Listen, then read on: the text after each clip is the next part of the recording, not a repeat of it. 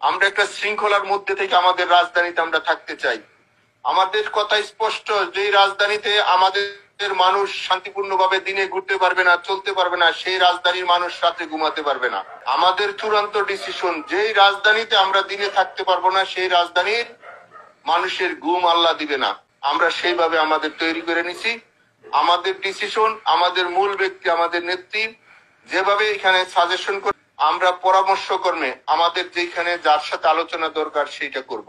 আপনারা আমাদের চূড়ান্ত খেলার মধ্যে, চূড়ান্ত সিদ্ধান্তের মধ্যে, চূড়ান্ত স্বাধীনের মধ্যে যে যেখানে যে অবস্থায় থাকবেন, নিজে এবং নিজের পরিবার, নিজের শুভাকাঙ্ক্ষীকে নিয়ে আপনারা আসবেন। বাইচা থাকি তাহলে সবাই বাঁচি। আমি আবারও বলছি, বাঁচতে সবাই বাঁচতে চাই, মরলে সবাই মরি। কারণ মরতে হবে ভাই, 70 বছর আর 100 বছর আর 50 বছর আর 40 বছরে মৃত্যু আমাদের নির্ধারিত আছে। কিন্তু কুলাঙ্গার অসভ্যদের কাছে যেন আমরা যার না মারা যাই, আমরা যেন আর না মারা যাই, আমাদের ঐতিহ্য, আমাদের ইতিহাসে যেন যেন আর থুতু না পড়ে।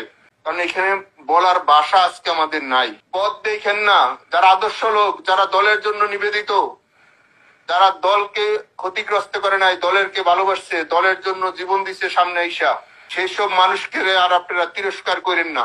আমরা ঘরের ভিতরে থেকে থেকে মৃত্যুর মতন আমাদের অবস্থান হইতেছে। আমাদের জায়গা থেকে আমরা সব মানুষের সাথে অনুরোধ করি, মানুষের সাথে সম্পর্ক খারাপ করা যাবে না ভাই। আমাদের পাড়া মহল্লা যারা আছে তাদের সাথে একটু দূরত্ব ছিল, তাদের সাথে ফোন দিয়ে হইলো সরি বইলা বলেন, আমরা এই সমাজের মানুষ, জাতির পিতা আমাদের এই দেশটা দিয়ে গেছে, আমরা এই দেশে সবাই একসাথে থাকতে চাই, আমরা সবাই একসাথে থাকতে চাই। আমাদের অবস্থানটা সবাই যার যার এলাকায় যেন আমাদের হয়। সবার নামে মার্ডার কেসের আসামি দিয়ে রাখছে 302। এভাবে একটা মানুষ বাঁচতে পারে না ভাই।